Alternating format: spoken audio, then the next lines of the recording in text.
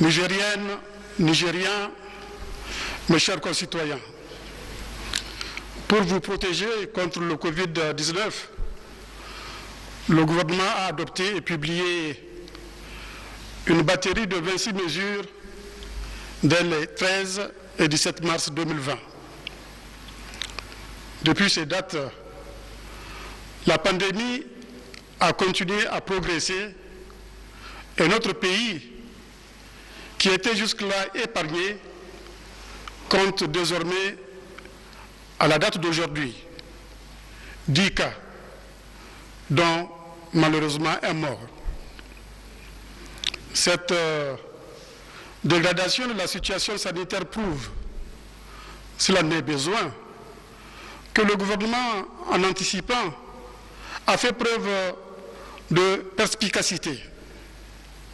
C'est le lieu de saluer et de remercier tous ceux qui, par leur mobilisation dans la sensibilisation, contribuent à la mise en œuvre des mesures prises, notamment les chefs traditionnels et religieux, les responsables des partis politiques et des organisations de la société civile. Ils ont montré qu'ils sont soucieux de votre santé, de notre santé. Je vous demande à nouveau de vous mobiliser tous, de vous lever comme un seul homme pour vaincre ce mal dont les conséquences sur le plan humain, économique et social sont déjà dramatiques.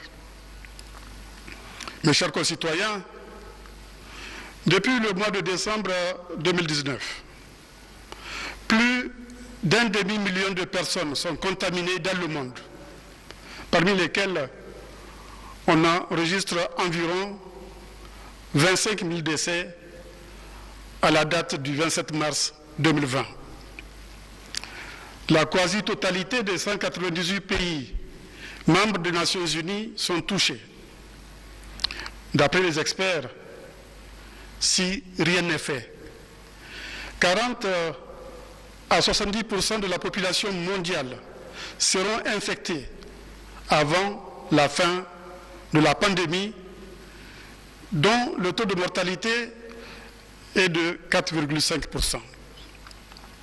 En Afrique de l'Ouest, le virus se propage encore plus vite qu'en Europe ou qu'en Corée du Sud. Pour faire face à cette situation dramatique sur le plan humain, les pays touchés ont eu recours à 3 stratégies. La stratégie de confinement avec des tests ciblés, la stratégie de tests systématiques sans confinement, la stratégie de confinement couplée à des tests systématiques. Le choix de l'une ou l'autre des stratégies dépend des capacités économiques et financières de chaque pays. Nous avons décidé d'adopter la stratégie de confinement couplée aux tests systématiques, à la hauteur de ce qu'autorisent nos moyens. Pour la mise en œuvre de cette stratégie, je demande au gouvernement la reconduction des mesures précédemment prises et la mise en œuvre des mesures supplémentaires suivantes. 1. Renforcement des prières sur toute l'étendue du territoire. 2. Proclamation de l'état d'urgence sanitaire sur toute l'étendue du territoire national à compter de ce soir, vendredi 27 mars à minuit. 3. Instauration à Niamey, seule ville touchée par le virus, d'un couvre-feu de 19h à 6h du matin pour une période de 2 semaines renouvelable à compter du samedi 28 mars 2020. 4. isolement sanitaire de la ville de Niamey pour une durée de 2 semaines renouvelable à compter du dimanche 29 mars à minuit, conformément au hadith, je cite, « Si vous apprenez qu'une épidémie ravage une région, ne vous y rendez pas. Et si vous vous trouvez dans une région frappée par une épidémie, ne la quittez pas. » Fin de citation. C'est en se fondant sur ce hadith que le calife Omar, en route pour le Cham, la Syrie actuelle, où régnait la peste, a décidé d'interrompre son voyage et de rejoindre Médine. 5. Recherche active des cas suspects et renforcement des tests, notamment à travers l'aménagement de centres de tests dans chaque chef-lieu de région et dans certains chefs-lieux de département très isolés. 6. Adoption du protocole de prise en charge. 7. Augmentation des capacités d'accueil hospitalier et de réanimation. 8. Renforcement de la protection du personnel de santé. 9. Augmentation des capacités de confinement des cas suspects. 10. Recrutement de 1500 agents de santé.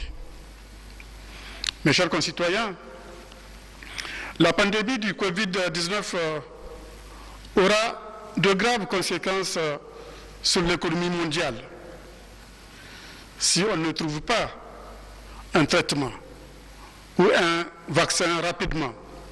Le monde risque de connaître une crise économique comparable, non pas à celle de 2008, mais à celle de 1929. Déjà, les prévisions de croissance économique sont revues à la baisse dans tous les pays. La croissance économique mondiale, si la crise ne dure pas, sera de 2,4% au lieu de 2,9% initialement prévu. L'économie de notre pays, comme celle de tous les autres pays, sera affectée.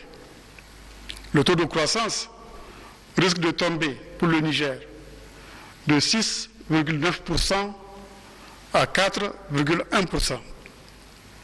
L'inflation, si des mesures d'encadrement des prix ne sont pas prises, augmentera de 4,4 à 7,9%.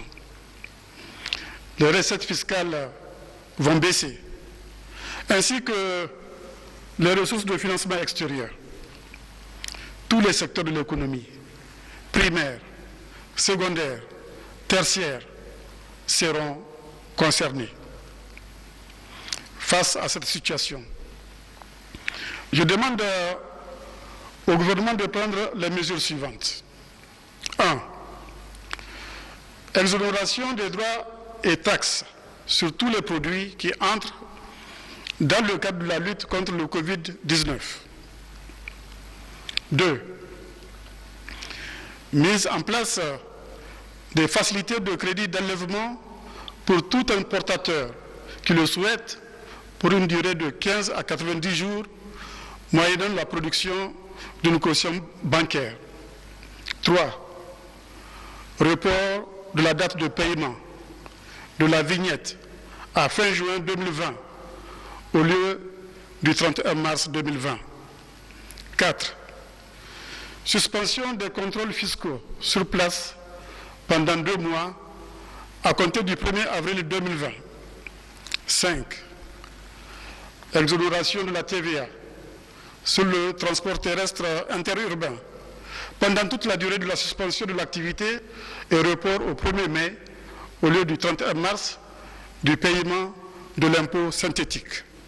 6. S'agissant de l'hôtellerie, application d'un taux réduit de 10% en matière de TVA, tel que prévu par les directives de l'UEMOA, application d'un taux d'amortissement de 5% au lieu de 2%, et exonération de l'IMF au titre de l'exercice 2019. 7. Pour les agences de voyage, suspension des poursuites en matière de recouvrement des impôts et taxes pendant 3 mois, soit jusqu'au 20 juin 2020. 8. Pour les bars et débits de boissons, suspension des poursuites en matière de recouvrement des impôts et taxes pendant 2 mois, à compter du 1er avril 2020. 9. Pour les sports et loisirs, suspension des poursuites en matière de recouvrement des impôts et taxes pendant 2 mois, à compter du 1er avril 2020. 10.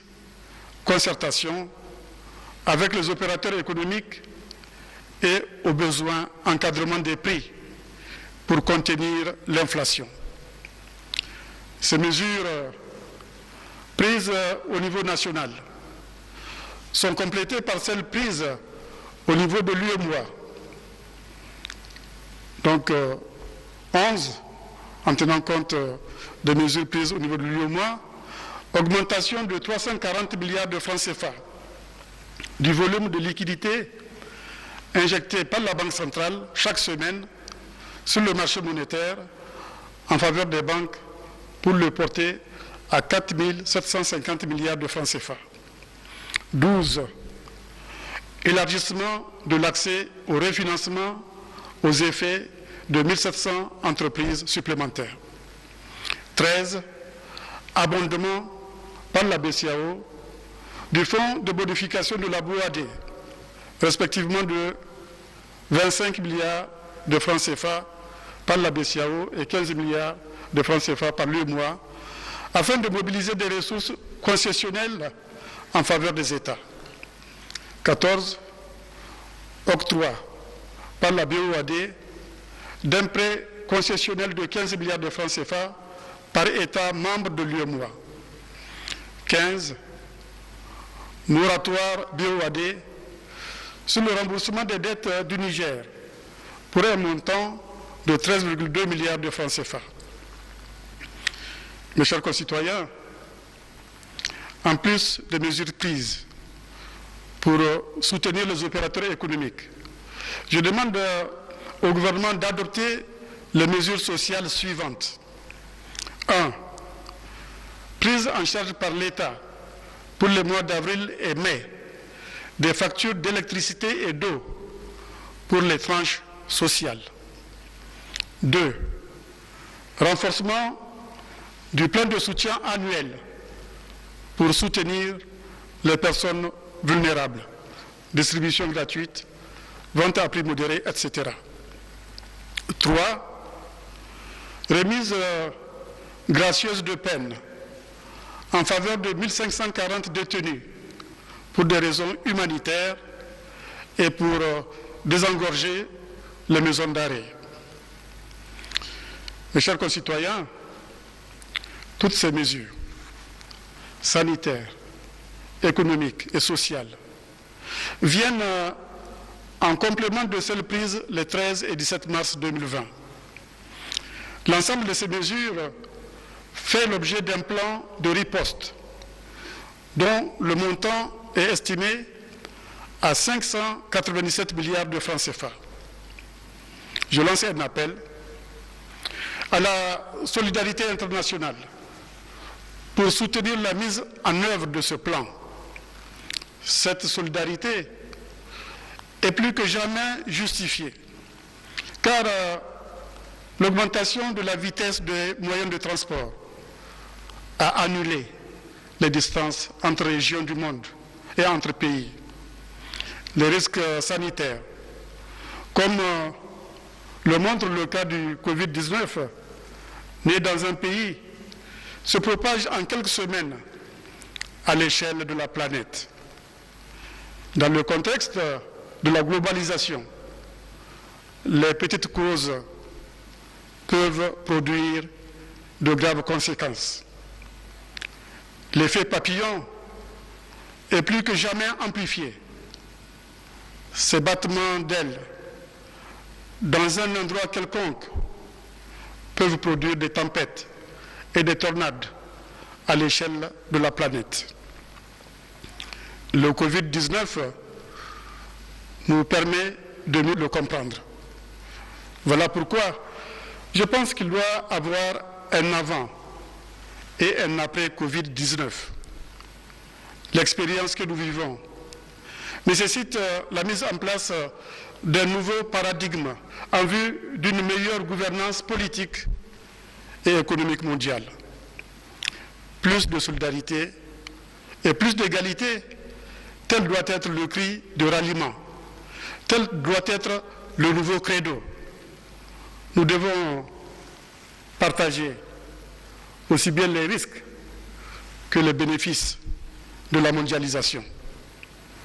Je me félicite ici des initiatives du G7, du G20, du FMI et de la Banque mondiale, mais il faut réfléchir sur comment aller plus loin, y compris en envisageant au moins l'annulation de la dette en faveur des pays les moins avancés. Mes chers concitoyens, permettez-moi de rendre un hommage appuyé au personnel de santé qui, comme nos forces de défense et de sécurité contre le terrorisme, est en première ligne dans le combat contre le Covid-19. Soutenons-le comme nous soutenons nos forces de défense et de sécurité. Soutenons-le, ce personnel, en changeant nos habitudes et en observant rigoureusement les mesures prises par le gouvernement, notamment celles relatives aux interactions sociales et à la propreté. Tout autre comportement relèverait du suicide. Or, le suicide est condamné par toutes les religions. Tu ne tueras point, disent les chrétiens, qui considèrent le suicide comme un meurtre. Et ne vous tuez pas, vous-même. Allah, en réalité, est miséricordieux envers vous. Et quiconque commet cela, par excès et par iniquité, nous le jeterons au feu. Voilà qui est facile pour Allah. Protéger sa vie et celle des autres est donc un devoir sacré. Toutes les mesures prises sont conformes à nos traditions religieuses. Respectons-les. Nous sommes un peuple résilient qui a connu et surmonté beaucoup d'épreuves. Grâce à Dieu, nous vaincrons le Covid-19. Que Dieu protège le Niger et le monde. Je vous remercie.